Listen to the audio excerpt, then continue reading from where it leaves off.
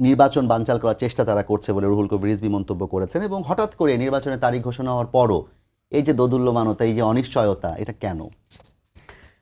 আপনাকে ধন্যবাদ, এবং আমার সঙ্গে আলোচনায় ডক্টর তাসনিবা আছেন, তাকে এবং যারা শুনছেন সবার জন্য শুভেচ্ছা রইল। রাজনীতি মানেই হচ্ছে একে অপরের প্রতি কিছুটা সন্দেহ, কিছুটা অবিশ্বাস এবং কিছুটা ষড়যন্ত্রের গন্ধ খোঁজা। যদিও রাজনীতিতে একে অপরের বিরুদ্ধে যেটা করে সেটা কৌশল, কখনো কখনো অপকৌশল, এটা হয়। এটা একদম চিরাচরিত রীতি রাজনীতিতে। আর আপনি যদি জুলাই গণঅভ্যুত্থানের পরে এই সন্দেহ অবিশ্বাস থাকবে না বলে ভেবে থাকেন আপনি, তাহলে শুধু আমার ভাবনা না, পুরো দেশবাসীর ভাবনা এমনটাই ছিল। যারা ভেবেছে তারা ইমোশনালি ভেবেছে, তারা প্র্যাকটিক্যালি ভাবেনি।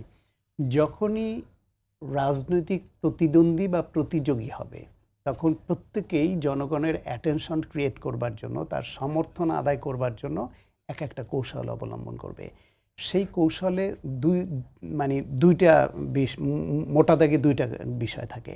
একটা হচ্ছে আমার ভালো কাজকে উপস্থাপন করে সমর্থন আদায়, আর একটা হচ্ছে আমার প্রতিপক্ষ যে তার খারাপ কাজটাকে তুলে ধরে তার প্রতি জনগণকে একটু বীতশ্রদ্ধ করা।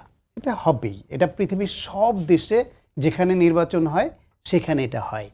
তো সেই ক্ষেত্রে যখন আপনার বিরুদ্ধে আমি আপনার দোষ ত্রুটি নিয়ে কথা বলবো, আপনি আমার বিরুদ্ধে বলবেন, এই বলতে বলতে এক সময় কথাগুলি আবার সেটা ওই কৌশলটা অপকৌশলও পরিণত হয় এবং নানান রকমের অগ্রহণযোগ্য কথাও চলে আসে। একটা পর্যায়ে সেটাকে আমরা বলি রাজনৈতিক বক্তব্য বা পলিটিক্যাল রেটোরিক, মানে এটা সিরিয়াস কোনো কথা নয়। রাজনীতিতে সবচেয়ে অসভ্য কথা হচ্ছে এই পলিটিক্যাল বক্তব্য বা রাজনৈতিক বক্তব্য বলে বাজে কথাকে চালিয়ে দেওয়া।